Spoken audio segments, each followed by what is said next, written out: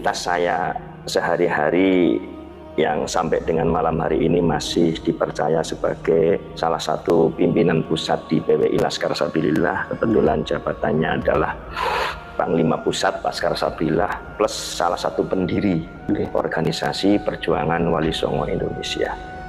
Per kemarin tanggal 5 Mei 2024 di Masjid Agung Bangkalan Madura itu terselenggara pelantikan PWI Laskar Sabilillah Jawa Timur dan PWI Laskar Istimewa Madura Raya. Itu SK yang ke-31. Alhamdulillah. Artinya nambah-nambah lagi. Amin. Artinya SK yang ke-31 berarti ada yang 30, ada 9 dan kemudian ada yang nomor 1. Artinya untuk PWI Laskar ini sudah ada pelantikan sampai 31 daerah, meliputi provinsi dan juga kabupaten.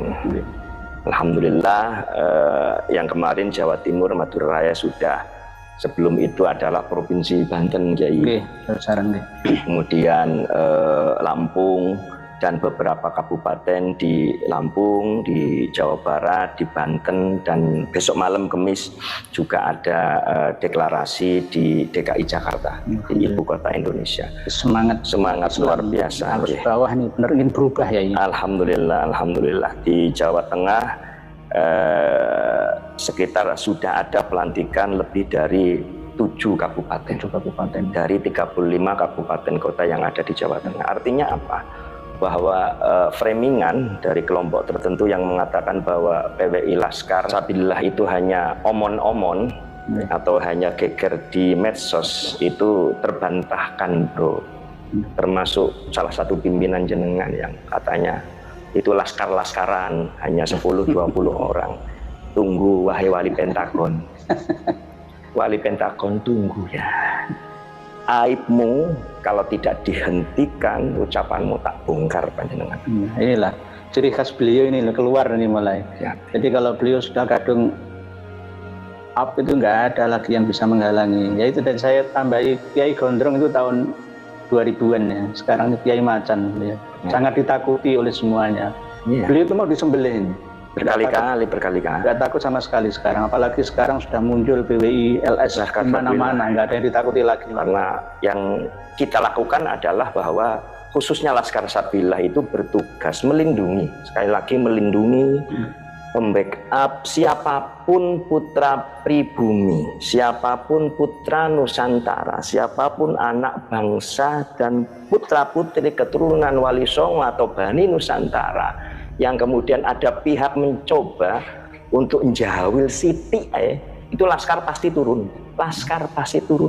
Apalagi sampai melakukan dalam tanda kutip pelanggaran KUHP ya. Pidana. Jam berapapun selama si korban ini bersedia untuk kami backup.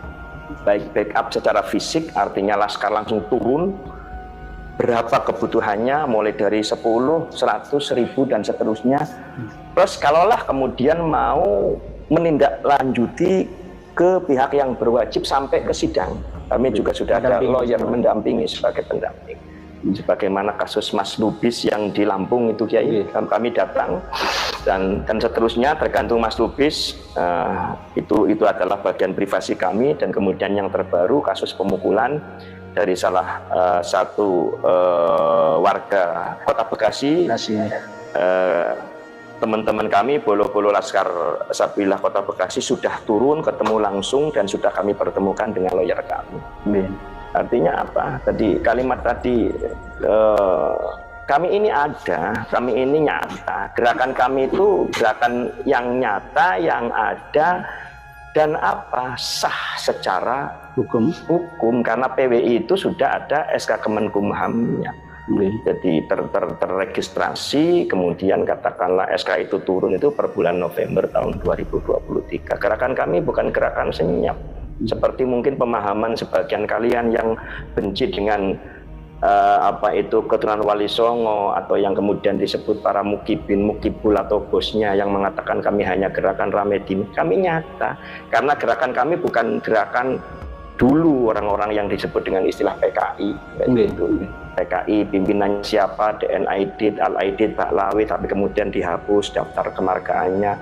Saya ini emosi sebagai salah satu orang yang punya leluhur berurusan bahkan dibunuh sama Belanda. Emosinya ya gara-gara omongannya si Rumel yang mukanya nggak jelas itu. Mohon maaf ya, kalau di Wafi, di Rumel ada di depan beliau, namanya macan ya, nanti terekam. Kalau untuk Rumel, saya janji kapanpun ketemu mesti tak tampok dulu, Pret.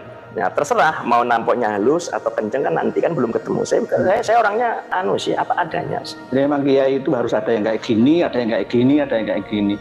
Kalau kayak saya halus terus ya nggak baik, kayak begini terus nggak ada pelengkapnya juga nggak baik. Jadi sama-sama klop itu, jadi saling melengkapi. Kalau Wafi bagi saya nggak penting. Apa nggak pentingnya satu? Wafi itu kan sebenarnya sama dengan saya, hidungnya pesek kamu itu, sama dengan saya. Artinya kamu itu bukan Arab, kamu itu bukan Baklawi, bukan Habib. Kenapa kok sampean bangga punya majikan Arab? Kok sampean itu memajikankan dirimu sendiri dan leluhurmu? Kenapa sih, Fi? Aduh, berjiwa merdeka. Ya. Yang kedua apa, Wafi? Kamu itu kan santrinya Kiai Idrus Ramli. Rekod Kiai Idrus Ramli di dalam kancah para kiai Nusantara tentang NU tahu siapa Kiai Idrus Ramli yang ketika muktamar Jombang dapat 1 suara. Akhirnya bikin NU garis lurus dengan Kiai Lutfi Basori. Kenapa Kiai itu seperti itu? Ya karena ada sesuatu, ada pesanan kan kayak gitu. Masa saya bongkar di sini? Enggak lah, kalau mau bongkar nanti biar saya bikin video sendiri aja. Kamu jawabnya ke saya gitu. Artinya jangan Wafi lah kalau saya ketemunya sama Idrus saya berani. Saya berani sama. Kenapa tidak? Kalau Idrus katanya Kiai, mungkin saya sebagian manggil saya Kiai, walaupun aja juga yang manggil saya bajingan kan biasa. Jadi nggak harus Kiai itu seluruh dunia manggil dia itu Kiai. Kompak panggil Kiai semua enggak. Ada loh yang ngatain Gus Dur bukan Kiai juga ada. Banyak. Bahkan ada loh yang ngatain Gus Dur itu buta mata, buta hatinya. Siapa? Rizik Syihab yang sampai sekarang belum minta maaf. Itulah diantaranya saya mangkelnya dengan Habib karena itu. Kalaulah memang perkataan pernyataan Habib Rizik terkait Allah yarham Kiai Haji Abdurrahman Wahid dengan kalimat Gus Dur buta mata, Gus Dur buta hati, itu kekeliruan, kesalahan atau sabkulis. Kan panjenengan masih hidup, Habib Rizik. Apa sih? Gengsi sampai mau minta maaf lah. Intinya itu Pak Baib itu kepingin di atas kiai ya. Intinya itu. Jadi Gus Dur itu harus di bawah Habib dan tunduk manut sama Habib. Oh gini. Tapi Gus Dur nggak mau. Baik Kiai, kalau memang itu betul keinginan Habib di atas kita, saya sarankan para Habib hidupnya di awang-awang. Iya, jangan bikin bangunan di bumi Indonesia, di awang-awang aja. Kan di atas. Begitu Pak Habib. Dia itu kasta kedua setelah Habaib. Baik itu Habaib bodoh sekalipun. Bandingannya kan dengan tahu sendiri. 1:70 itu bodoh, apalagi yang alim kan. Sampai kemudian apa? Berguru sama Habib. Kalau orang Jawa nggak akan pernah jadi Habib kan? 50 itu tahun. kan eksklusifisme mereka. Apa? Eksklusifme atau eksklusivitas mereka. Tapi kalau Kiai itu sangat terbuka. Putra saya ngaji tak derek nih datang Romo Kiai Nur Ikhya. Usianya 14 tahun, ngaji sama beliau bisa 4, 5, 10 tahun sampai khatam. Anak saya kan waktu ngaji sama beliau masih cung, masih santri, ngajinya sama Kiai.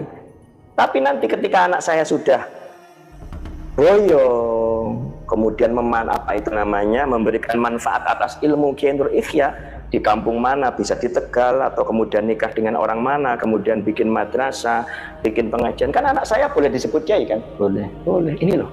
Tapi kalau misalkan panjenengan Habib, orang Jawa mondok 30 tahun, sisan kiamat kurang 2 jam. Kira-kira kalau santri panjenengan Pak Habib Nur Ikhya setelah boyong dan kemudian mengajarkan ilmunya, boleh nggak menggelarkan diri dengan nama Habib? nggak boleh. Lain. Kecuali mau bayar. Oh bayar ya? Oh Bisa. ada maharnya Kiai? Bisa. Iya iya iya. Aku pernah dengar itu dulu, aku ditawarin katanya kalau marga asekaf Sama harganya seperti gelar, sekian. sama seperti gelar perguruan tinggi itu. Jadi minta apa? Tapi jangan yang terkenal. Jangan. Oh iya iya. Yang terkenal kan ada 204 lebih kan marga itu. Iya iya iya. Bin Sahel misalkan. Kan nggak terkenal, itu murah. Yang murah-murah. Ya. Tapi jangan di Jawa. Itu kalau di Jawa masih kelihatan, di Kalimantan